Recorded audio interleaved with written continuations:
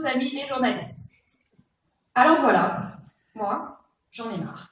Encore hier, j'étais à une soirée, et là, un mec m'approche et me demande « Qu'est-ce que tu fais comme travail ?»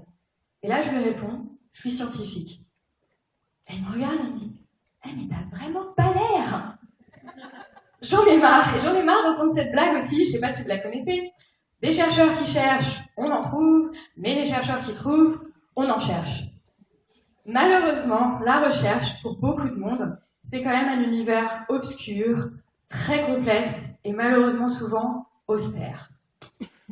Pour les médias ou pour le grand public, c'est très difficile d'accès parce qu'il faut parler leur langage, il faut aller les voir dans les laboratoires et honnêtement, vous avez mieux à faire de vos samedis après-midi. Je m'appelle Élodie Chabrol, je suis chercheuse en neurosciences à Londres et Pint of Science est née de la frustration avec mes collègues de ne pas pouvoir parler de notre travail à notre entourage ou pendant les soirées. Pour les non-scientifiques, la science paraît honnêtement très complexe et souvent trop sérieuse. Donc comment faire pour vous faire découvrir la science d'une façon simple, fun et détendue? Eh bien, c'est devenu mon défi. Rendre la science accessible, simple et conviviale.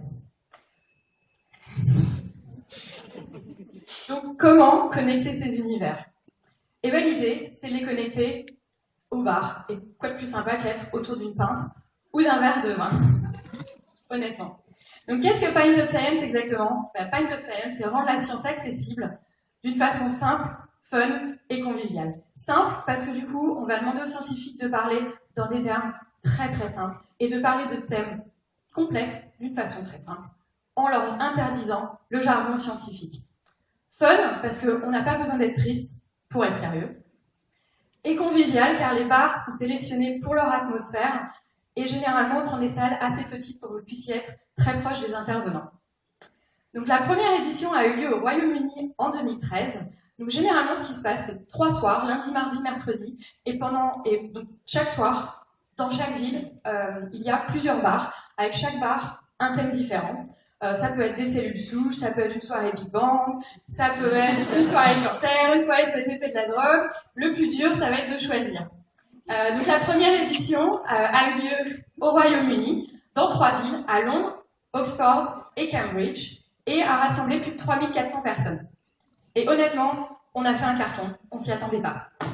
Et en 2014, on a été du coup dans 6 pays, 21 villes, et on a touché plus de 10 000 personnes.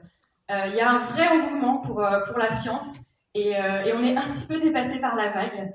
Mais du coup, le festival s'agrandit chaque année. Et donc, Pint of Science, ça a pour but de rendre la science accessible d'une façon fun, simple et conviviale. Et pour terminer, je vous invite tous à l'édition 2015, du 18 au 20 mai, en France, un peu partout.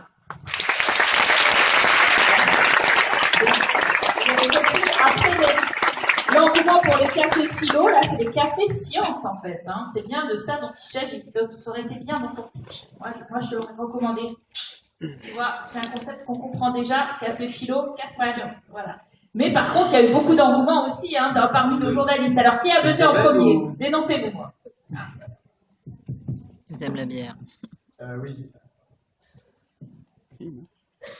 J'ai beaucoup aimé ton pitch qui était accrocheur. La vision aussi, c'est-à-dire que rendre accessible des choses compliquées, je veux pas la ramener à ce qu'on fait, c'est aussi ce qu'on essaie de faire avec l'ESS, l'économie collaborative, les nouvelles techno.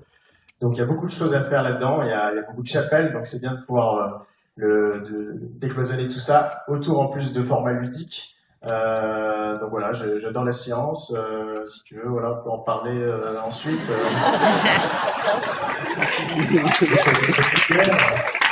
Voilà, donc c'est sérieux aussi sociétaire. Donc voilà, je suis très content d'avoir besoin en premier parce que j'étais pas au courant que c'était aussi gros. Donc voilà, on a dit un rendez-vous professionnel, hein, précise quand même. Hein, oui, c'est une interview avec un interphone. Alors, et les autres? Parce que on a entendu de multiples buzzers. Oui, je crois que c'était... moi, j'ai buzzé parce que j'ai adoré votre pitch. Je trouve ça dynamique, énergique. Merci. Voilà, Donc, j'ai tout compris en très peu de temps et ça donne envie d'aller boire une pinte, effectivement. Pour la fin, c'est excellent. Alors, et les autres? On a entendu d'autres sons de cloche. Oui, non, là, ça marche, oui. Là encore, on est sur un sujet qui a besoin absolument d'être traité, d'être médiatisé.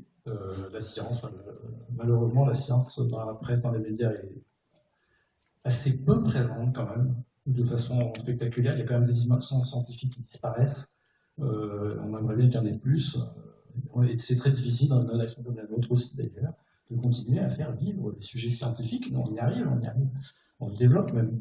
Voilà, mais voilà, c'est un gros problème, mais qui est un peu interne.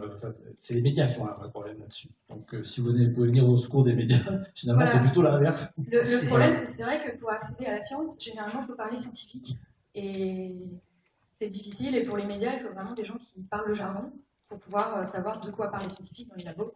Et voilà. Et donc, l'idée de Panne Success, c'est vraiment. Il y a plein de scientifiques qui viennent journalistes, j'ai remarqué. C'est un débouché, surtout Exactement. par les temps qui courent, des difficultés d'emploi pour les thésards. Ouais. Ils vont aller dans les journaux, mais ils vont aller dans les journaux, par exemple, les journaux de vulgarisation scientifique, qui sont quand même encore un petit peu trop scientifiques pour le grand public, honnêtement. Mais par contre, dans les journaux grand public, généralement, non, il y a peu de scientifiques. Je ne reviendrai pas sur le pitch, c'est excellent évidemment, mais c'est vrai qu'on cherche des interlocuteurs scientifiques femmes, parce qu'il y en a beaucoup moins que les hommes. Ça serait bien aussi parce que ça permet de plus facilement peut-être susciter des vocations chez les filles qui peuvent s'identifier à des figures féminines. Et ce qu'on voit, et ça fait du bien aussi de voir une scientifique qui a envie de prendre la parole, parce que souvent dans un labo, s'il y a un homme et une femme, c'est toujours l'homme qui prend la parole et la femme préfère la lui laisser. Donc voilà, pour ça c'est intéressant. Et nous en revanche, c'est vrai que c'est un peu difficile de faire un reportage entier dans un café autour d'une pinte, mais on peut imaginer compléter avec le travail de vôtre en l'occurrence au laboratoire pour montrer le contraste entre la séquence douce blanche peut-être un peu jargonnante et puis la vulgarisation au plus près des gens. Voilà. Tout ça, le contraste peut être tout à fait. Alors, une dernière remarque. Oui, j'ai pas buzzé, mais je voulais dire que je suis contente quand même qu'une femme ait pris la parole ce soir. Sur les 5, on est pile femmes. Ça fait partie aussi de ce 21e siècle, parce qu'on est quand même une parité un peu partout, à la radio, à la télé, dans la presse écrite et sur les plateaux, des événements comme celui-ci. Vous avez tout compris, en tout cas, c'est tout ce qu'il faut pour un média généraliste comme nous, France Inter. On a besoin de gens qui disent des choses intelligentes, de manière pédagogique. Ce qui n'est pas facile parce qu'il ne faut pas non plus avoir un langage trop simplifié. Donc être pédagogique et intelligent, c'est dur. Et je suis sûre que ma collègue Sophie Pécherel, qui suit les sciences à France Inter, sera contente de vous rencontrer. Super, merci beaucoup. Alors, c'était la dernière remarque. Juste dire aussi, voilà, ça peut tout à fait faire un sujet. C'est vrai que moi je suis sur une chaîne info, mais c'est vrai que c'est un côté décalé, mais qui ne l'est pas tout à fait, puisque c'est un sujet très important, avec sur un mode un peu original. Donc ça peut tout à fait faire l'objet d'un sujet, même dans un café autour d'une pâte. Je pense que ça peut le faire. Et moi j'avais juste une question. Est-ce que vous avez un retour en fait, là c'est tout jeune, 2013, mais est-ce que vous savez du coup s'il y a des jeunes qui se sont inscrits suite à votre festival, est-ce que vous avez déjà des... Alors, on a beaucoup de gens qui nous demandent à organiser plus de festivals, etc. Après, vous voulez dire en termes de, est-ce qu'il y a des gens qui veulent faire de la recherche? Oui, voilà, est-ce qu'il y a un impact Alors, la première année, ce qui était un petit peu difficile en France en tout cas, c'est qu'on a touché surtout des scientifiques déjà. Parce que malheureusement, on n'a pas eu d'accès à beaucoup de médias pour parler du festival avant le festival. Donc c'était beaucoup du bouche à oreille, et forcément, c'est les scientifiques qui en parlent. C'est pour ça que je suis là aujourd'hui, parce que j'ai besoin que des médias grand public en parlent, afin que l'année prochaine, en 2015, on récupère du grand public et non pas des scientifiques déjà. Donc malheureusement pour ça, il va falloir attendre un peu plus, que vraiment plus de grand public viennent, mais j'espère effectivement que ça va susciter des vocations. Merci en tout cas.